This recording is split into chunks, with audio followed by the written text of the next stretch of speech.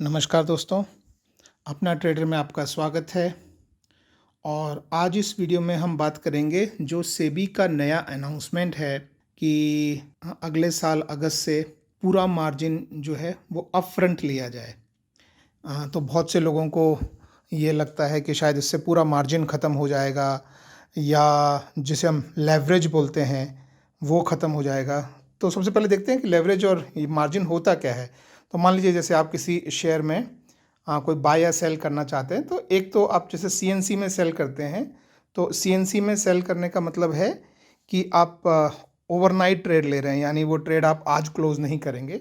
तो यहाँ पे नीचे आपको जो है मार्जिन दिखाई देता है सबका। तो आप यहाँ मार्जिन को रिफ़्रेश करके देखेंगे तो आप देखेंगे कि 353.85 का अभी प्राइस अगर मैं लगाता हूँ तो मार्जिन उतना ही लगेगा। तो इसमें यानी सीएनसी यानी ओवरनाइट ट्रेड में मार्जिन नहीं मिलता है।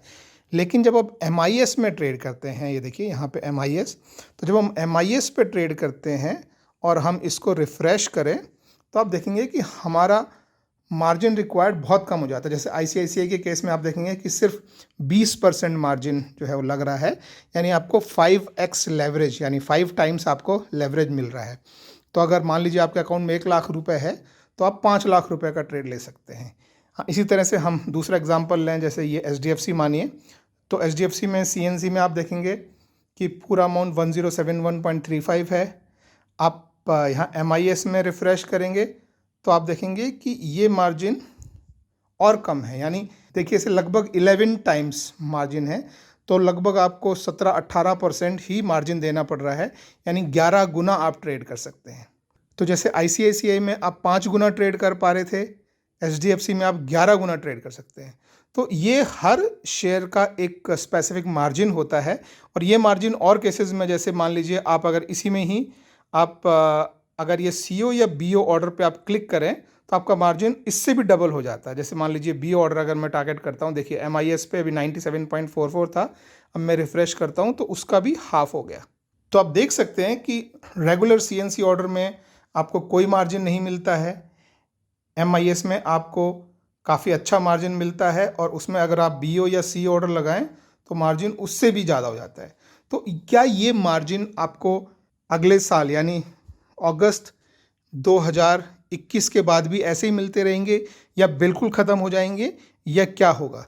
तो इसको समझने के लिए मैं एक शीट आपके साथ में शेयर करता हूं जो ज़ीरोधा की शीट है। देखिए, तो ये शीट है, यहाँ पे आप देखेंगे कि ये सारे शेयर्स जो हैं वो लिखे हुए हैं, और यहाँ पे ये इनकी मार्जिन रिक्वायरमेंट लिखी हुई है, परसेंटेज में है, जो कि सेबी ने दी हुई है गाइडलाइंस। जैसे हम एग्जांपल के लिए मान लीजिए हम एचडीएफसी को देखते हैं एक बार। ये एचडीएफसी बैंक है, देखिए आप इसकी मार्जिन रिक्वायरमेंट, ये देखिए यहाँ पे 3 चीज़ें लिखी हुई है। एक वीएआर मार्जिन होता है, एक ईएलएम मार्जिन होता है, और एक होता है एडहॉक मार्जिन। तो ये समझते हैं क्या होता है। वीएआर जो मार्जिन होता है इसका फुल फॉर्म होता है वैल्यू एट रिस्क। तो ये एक स्पेसिफिक मार्जिन होता है जो कि आपके आप जब इन्वेस्ट कर रहे हैं तो सेबी के हिसाब से कितना अमाउंट रिस्क पे है वो सेबी डिसाइड करता है, एक परसेंटेज। दूसरा होता है ईएलएम। ईएलएम मार्जिन होता है कि अगर कोई एक्सट्रीम सिचुएशन आ जाती है तो एक्सट्रीम लॉस मार्जिन, तो कितना एक्सट्रीम लॉस हो सकता है वो एक स्पेसिफिक मार्जिन होता है। और तीसरा होता है एडहॉक। तो एडहॉक नॉर्मली 0 भी रखा जा सकता है, बट इन सम केसेस जो है वो सेबी स्पेसिफाई करता है ad hoc, but most of the cases ये 0 रहता है।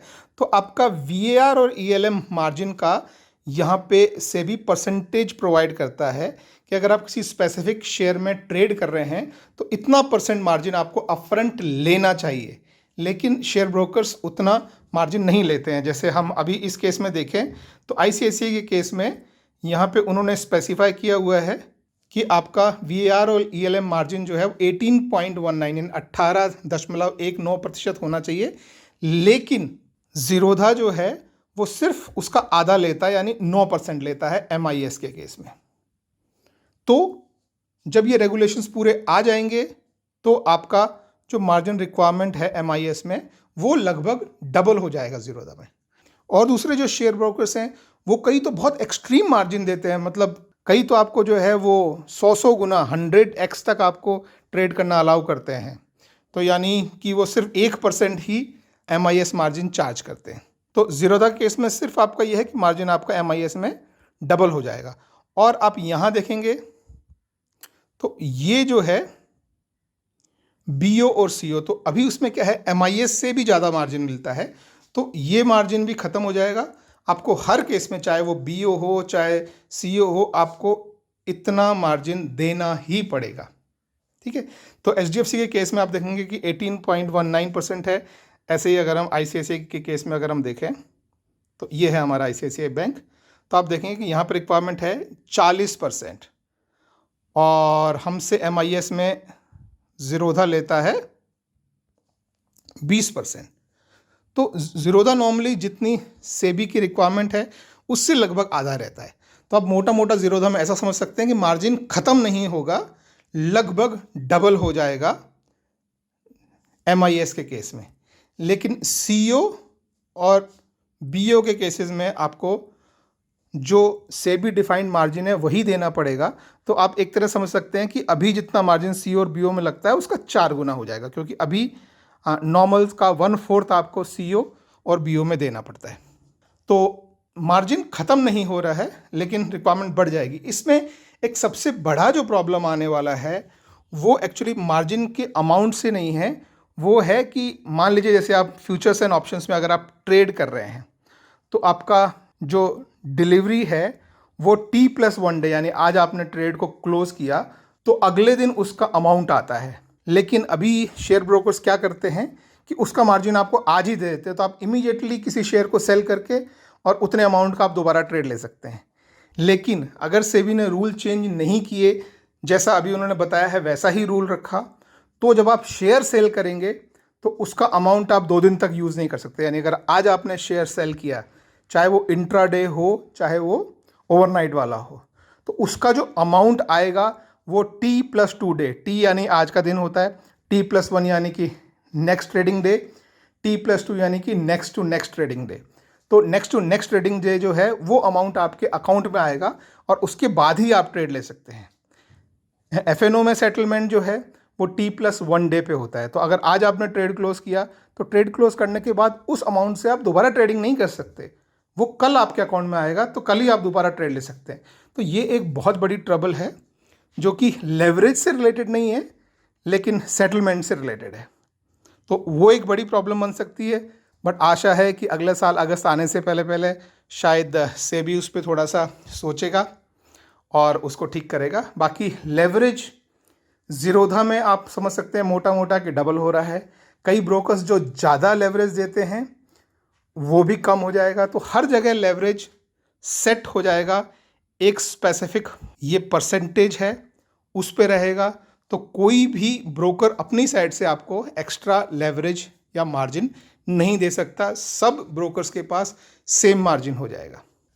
तो आई होप गाइज इस वीडियो से आपको समझ में आया हो कि जो नए रूल्स आने वाले हैं, जो एक्चुअली दिसंबर 20 से धीरे धीरे इम्प्लीमेंट होंगे स्टेप में और अगस्त 21 तक पूरे इम्प्लीमेंट हो जाएगा। तो उसके हिसाब से हर ब्रोकर्स के पास आपको इक्वल लेवरेज मिलेगा और वो लेवरेज अभी से कम होगा। ज़ीरोधा के केस में आपका लेवरेज हाफ हो जाएगा, यानी आपका मार्जिन डबल हो जाएगा। तो अगर ये वीडियो समझ में आया हो और कुछ आपको मदद मिली हो समझने में, तो वीडियो को लाइक करना और चैनल को सब्सक्राइब करना मत भूलना। ओके, और कुछ भी क्वेश्चंस या कमेंट्स हो तो प्लीज़ नीचे कमेंट्स में लिखो। अभी नया नया चैनल है तो मैं अभी सबको आंसर करता हूँ, तो आपका कोई भी क्वेश्चन हो आस्क मी। ठीक है, चलिए बाय बाय, टेक केयर।